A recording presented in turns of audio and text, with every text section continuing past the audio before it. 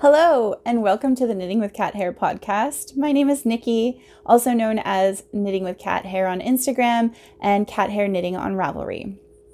I'm coming to you from Sudbury, Ontario, Canada, where I live with my partner, our 2 daughters, and our 5 cats. So welcome back to returning viewers, and welcome to all new viewers. This is primarily a knitting podcast, although I do get into crocheting, cross stitch, and some of the other crafts that I'm delving into at the time. So this, just so you know, attempt number 3 to record this video today. Things have not been going my way. First attempt I tried outside. I woke up a little bit later than expected today. Have to be honest, had a few too many glasses of wine last night and slept in later than I expected. And so by the time I got up, the house was bustling, and it just seemed like a great idea to film outside where it might be quieter. I was wrong.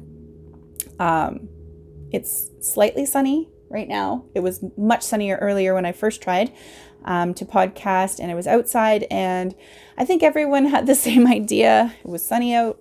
Everyone should be in their backyards, right? Well, needless to say, it was very loud outside. There was lots of arguing, just background noise. The wind was actually surprisingly really strong as well. So, I moved myself inside. Attempt number 2. I recorded an entire podcast. Longer than usual, by the way. It was probably closer to 40 minutes as opposed to the usual 25-ish minutes. Before I realized that, I ran out of space on my phone, so it had cut halfway through, which I thought, you know what, that's not a big deal. I can just pick up and record the rest. No, when I re-looked at it, it had recorded in portrait mode as opposed to landscape mode, which, as you know, if you've ever watched my first 2 videos, do not make for good videos.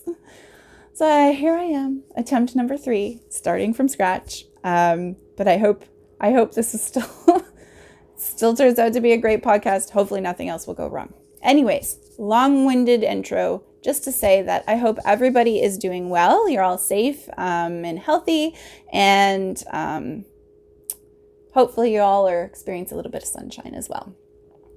Okay, so let's get right into it. Start with what I'm wearing. This is a shawl that I did not make myself. It is a crocheted shawl that was made for me by my best friend, Becky. So I don't know what the pattern is. I don't know what the yarn is. I'm guessing, knowing her, that she just winged it and just made up the pattern as she went along, because she's super creative like that. But yeah, I love it. And it's cozy, and the colors are so pretty. So that's what I'm wearing today. Okay, finished objects. Don't have any for you. Sorry, guys. I was hoping to finish something. Didn't happen.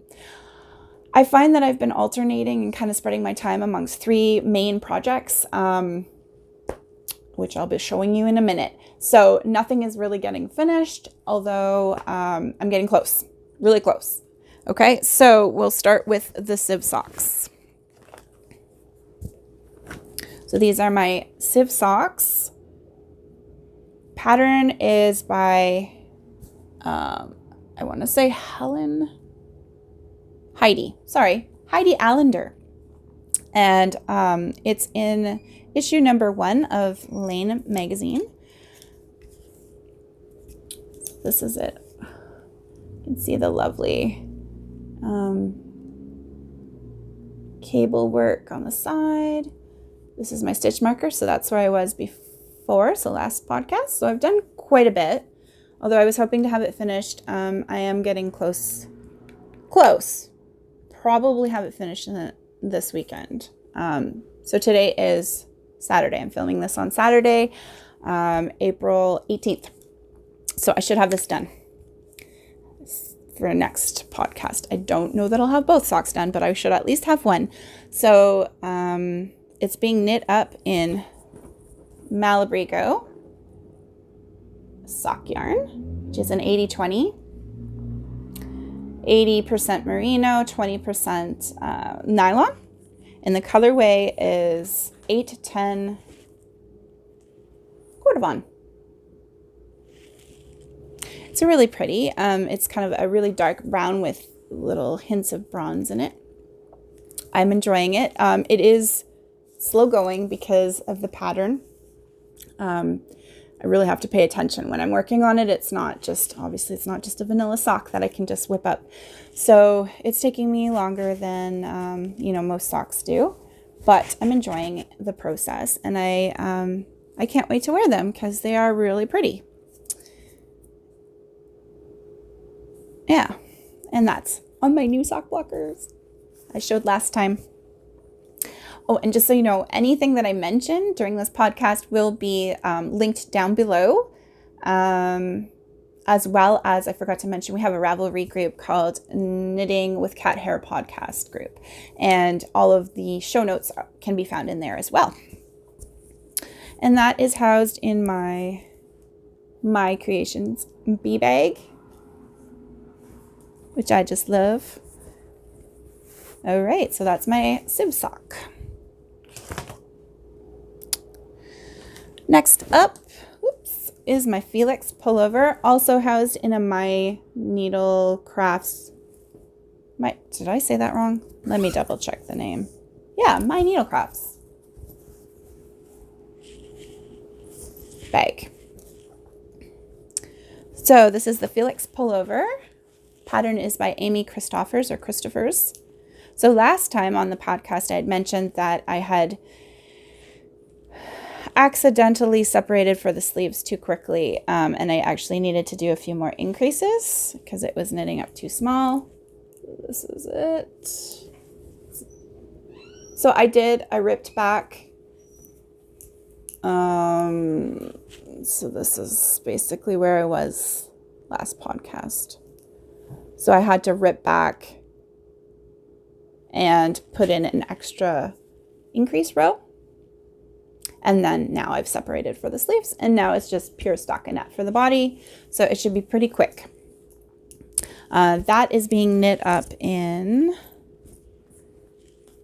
this lovely yarn by Michell, Baby Suri Roving. And it's a combination of, it's 40% Baby Suri alpaca, 40% fine merino, and 20% silk, and it's so soft and floofy. I don't know if you can see the halo on that. It's lovely, beautiful. And this yarn was brought back to me from Ecuador by my lovely mother, and I had been looking for the perfect project for this. So this, I mentioned it before, but for those who are new, this yarn is a worsted weight. The pattern actually calls for Aran weight, so it's a little bit thinner, so it's knitting up smaller. So I am going up a size, and I cannot remember which size I'm knitting now. But everything is in my on my project page. I keep really good notes, so everything should be there. If you check out my Ravelry page. Okay, and I think that's all there is to really say about that. Okay, and I made a promise on the last podcast that I would not show my wool and honey unless I had a sleeve completed, because it was getting a bit ridiculous. Well, I did manage to complete a sleeve, so here it is again. It's housed in my Jezebel bee bag. This is being knit up in Tanis Fiber Arts PureWash Fingering merino, 100% merino yarn in the colorway Caramel. I don't know if you can see. So it's the body. I've already completed the body, and I moved on to the sleeve. And look at, guys, I finished it. Of course, I have ends to weave in, but I finished one sleeve, and I've started on the second. So I fully anticipate having this done for the next podcast, and I will be wearing it. I may not have it washed and blocked, but I'll be wearing it. Sorry, a butterfly just flew by. yeah, so I'm loving it. Can't wait to wear it. I don't care how hot it is. I'll be wearing it next time. Mark my words. Yeah, so the only modifications I've made to the sweater were I'm knitting the arms full length. So I think from here to here I measured, it was 6 inches. So from underarm to the start of the ribbing was 6 inches. And then the ribbing I did for 10 inches. So I just prefer, the pattern calls for 3/4 length arms. That's just not my preference. In a sweater, I really like either short or long sleeves. So going with the long ones. Okay. Just gonna throw that back in. All right.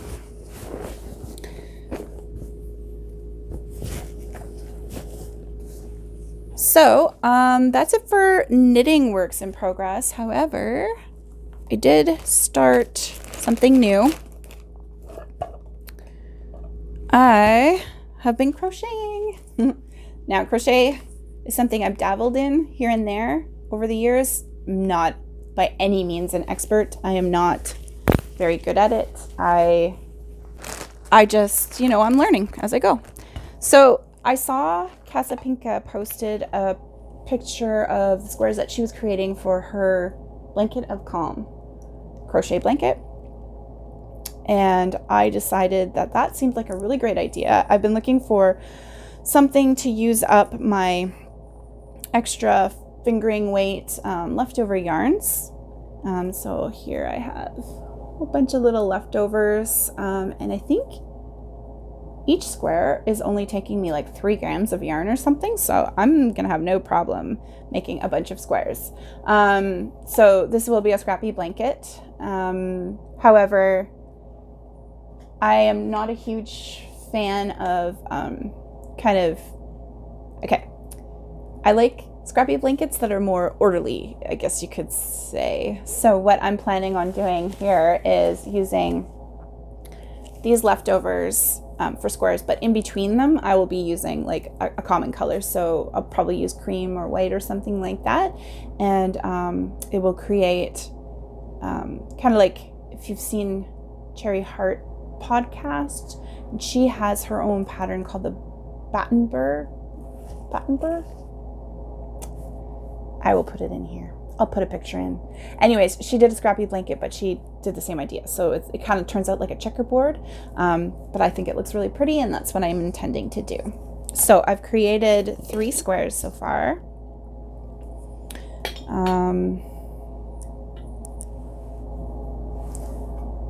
Here's the first one.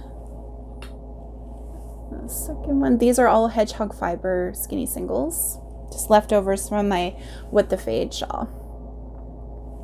So I've been storing them in this, of course I can't, this little mason jar. Stole that idea totally from Pip and Pin podcast, Megan Nodecker. Yeah, great idea. And it looks cute. Of course, mine don't lay flat, so I just shove them in. That's okay. I haven't blocked them yet, so it's fine. So yeah, that's been keeping me busy. And I am using oh, I lost my crochet hook. Here we go. A Addy 3.0 crochet hook. I don't know what that means. I think that's millimeters. 3 millimeter. Seems about right. For my squares. And like I said, they're turning out to use about 3 grams of 3 grams of yarn per square. So that is my new cast-on. I don't know what you call crochet hook on, whatever you call it. Anyways, my new start. Okay, so that's it for my works in progress. I'm going to move on to stash acquisitions really quickly here. What did I do with them? Okay. So I did, so I'll start off with the Lane magazine. So I had originally purchased issues 1 through 5, I think it was, and they're up to issue 9. So I went ahead and ordered the other 4 issues, and those have come in. So I now have all of the issues of Lane magazine, and I highly recommend it. It's beautiful. The photography in the in the magazine is absolutely gorgeous. Like, the articles are amazing. The patterns are spectacular. Like, I think there's about 12 patterns or 10 to 12 patterns per issue. So between that, I have like enough patterns to keep me going for the rest of my life, I'm sure. And they're totally knittable. They're all beautiful. And the interviews are really great too. So yeah, highly recommend. So I've ordered all of those. I also got I had to order that crochet hook because I didn't have that size. So when I did that, I also ordered some yarn. So I've gotten, I should show this one here. Some Malabrigo sock. This is, it's getting a bit blown out there. It's a beautiful purple color called Plomo. It's the colorway. Yeah, I can't wait. This will be it's going to be my next pair of socks after I'm finished the sieve socks. And then I also went ahead and got some, now I've never tried this yarn. It's called Mad Tosh sock. This is in the colorway Harvest. It's looking really yellow on there. It's more of a greeny yellow in real life. I don't know why it's looking so yellow, but yeah, it's more greeny yellow. It's beautiful. And I also got another skein of Mad Tosh, and this is the antique lace colorway. This is the sock again. Okay, so one thing I want to mention about this, if you haven't used it before, and I haven't, and I assumed by the name that it was sock yarn. It is not sock yarn. It's 100% merino. There's no nylon in it. So after I received them and I looked at the labels, I went on Ravelry, which of course I should have done in the first place, but just didn't. Went on Ravelry, looked them up, and the reviews are not great in terms of using this for socks. So you could certainly use it for shawls or other sweaters, whatever. But in terms of using it for socks, not good. It doesn't hold up. It wears out. It felts and rips. So I was going to use them for socks. So I'm thinking, if any of you have ever used this yarn, what was your experience? And do you think that if I used a genuine sock yarn for the heels and toes, that, I could still use this yarn for the main part? And would it hold up? Is my question. So yeah, if you have any opinions on that, please feel free to leave a comment below. And those, I think, are all my acquisitions. Yep. I have a few more things coming in the mail. Actually, I have a few other things I can't mention on the podcast because they're from my mom. They're a birthday present for her. And I know she watches this, so I don't want to spoil it for her. So you'll have to wait till I can give them to her. Yeah, okay, so in terms of future knitting projects, so once I get my wool and honey done, which I fully anticipate having done in 2 weeks, my daughter has requested another sew faded pint-sized sweater. So I did knit her one when she was 8. Well, at least I'm knitted in the size 8. So a few years ago. She's 10 now. And I did it in my leftovers from my What the Fade shawl. I'll pop a picture in here so you can see what the sweater looked like. It was so cute. So I have since, with the assistance of my mom, unraveled that sweater because it no longer fits her, and I'm repurposing the yarn. So a lot of that yarn will be used in my squares for my blanket of calm crochet, and some of it will be used in my daughter's next sew faded pint-sized sweater.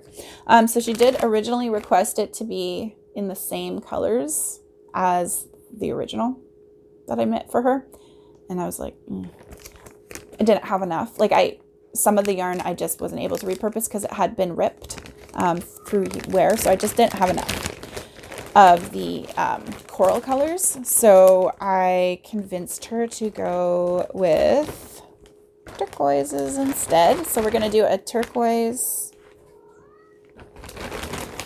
Ugh. So these are going to be the top 3. So I'm going to do 6 colors. So 3 turquoises. What's wrong, Pete? I don't know if you can hear my kitty meowing. He wants outside.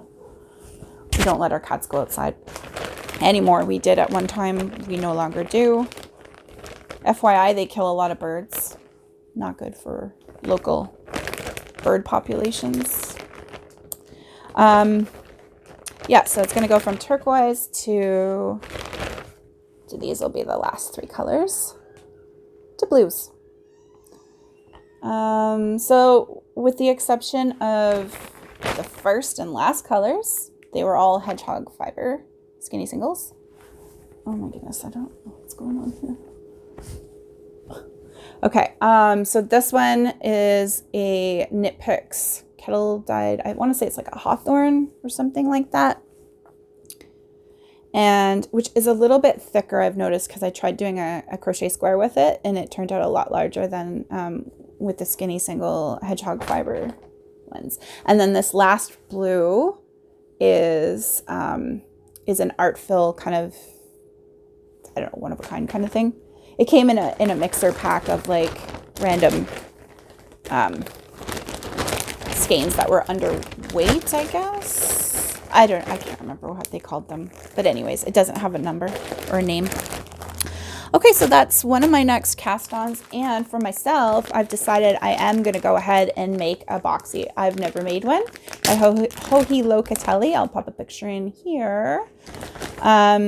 So right, I think before or right after Christmas, I ordered 2 sweater quantities worth of Lichen and Lace sock yarn. I've never tried Lichen and Lace. They're a Canadian hand dyer, but I've heard good things about them, so I wanted to give them a shot. So I did go ahead and order sweaters quantity of linen. This is the colorway Linen, Lichen and Lace base. Sorry, Lichen and Lace sock base. And then this is Beach Glass. And I am totally a sucker for all things turquoisey and tealy. So this color is a little bit blown out here, but it's a gorgeous turquoise. So I have to decide what color I want my sweater to be. I'm leaning towards neutral. I don't know. I just feel like it would go with a lot more things. But anyways, decisions. But I have to finish Wool and Honey first. So I have a bit of time to decide. And I think that's it for my future knitting plans. The Brisset dress is on hold. Although I just realized that both future projects are fingering weight sweaters, which is great. My daughter's sweater won't be so bad because it's little, right? It's kid size. But mine, the worsted, or sorry, did I call it a worsted boxy? It's not. It's the fingering weight boxy. That's going to take a while to do. So we'll see. Guess it'll be still quicker than knitting a dress in fingering weight yarn. Okay, well, we'll see. And so I just wanted to mention a few things. So the other day I was watching Skein Knits podcast, and she was talking about moths and knitting and yarn, and it made me think because I can't remember, maybe like a month or 2 ago, I remember going down into our basement, have a bunch of bins of yarn that I don't frequently use as much. So they're more like things that were gifted to me from other people's stashes, like my grandmother when she passed away, or other people's mothers when they passed away. Stuff that I don't always gravitate to because there's not really usually sweater quantities of it. It's just kind of oddball skeins. Anyways, long story short, I had some, there was a ball or 2 of Angora in there, pink Angora. And I remember pulling it out and seeing it was all kind of frayed. And I was like, what the heck? It looked like someone had taken scissors and cut through it. And I didn't know anything about, not that I didn't know, but I didn't realize that that's what happens when these moths, their caterpillars eat through the yarn. So that made me panic. So I ran down the other day and I was like, oh gosh, I better look through everything, because I do have some wool down there too, right? I do have, it's not all just acrylics. Like I have, although a lot of it is acrylic, I do have other types down there. And Skander was saying that, Ellie, sorry, from Skander Knits was saying that the caterpillars have a habit of kind of working their way through the most expensive yarns first. So the cashmeres and the angoras and mohair and stuff like that. And then, you know, the regular wool. And then they will, I guess, if they have nothing else, they will eat the acrylic yarn, which essentially kills them. But anyways, I went through all my yarn, checked for moths. I found a few, didn't find any caterpillars, but I did find a few dead moths. So I took them out. Nope, don't do that. Hey, Pete, don't do that. Sorry, my cat's scratching at our window screen. You don't need holes in it. So anyways, yeah, so I did find a few moths. I think it was in the bin with the cashmere, or the angora, sorry, that I found that was already destroyed. So I just went through, cleaned it, everything out, and then bagged it all up by type and color, whatever. So anyway, everything should be protected now. Everything's in its own airtight Ziploc freezer bag that with the double, triple Ziplocs on it, air squeezed out. Hopefully that keeps everything safe. I'm really hoping to get a craft room one day. We've been kind of working on getting one set up in the basement for me. And my mom was kind enough to put a lovely ceiling on the room. It was lacking a ceiling. It's an unfinished basement, so we're just trying to make it look as good as we can, just so it's someplace where I can hang out and knit and podcast without disturbing anybody or being disturbed. Yeah, so when that happens, then obviously my plan is to have like large shelves that I can put my yarn on. And I've heard that, you know, as long as things are more, it's when things are kind of put away in dark spaces that they become more susceptible, and when they're undisturbed, like if you're not using yarn for a while, I guess, and it's sitting in a dark place in the basement, that's kind of what the moths look for. So if it's out in the open, I've been told, or I've heard, that it's not as common to find them eating that yarn. So that's good. So I want to get things kind of out. They'll still be in bags, but out, so I can see them. And give myself ideas for future projects. Yeah, so that's that. And what else? Oh, I wanted to say that, you know, I'm always looking for new podcasts to watch.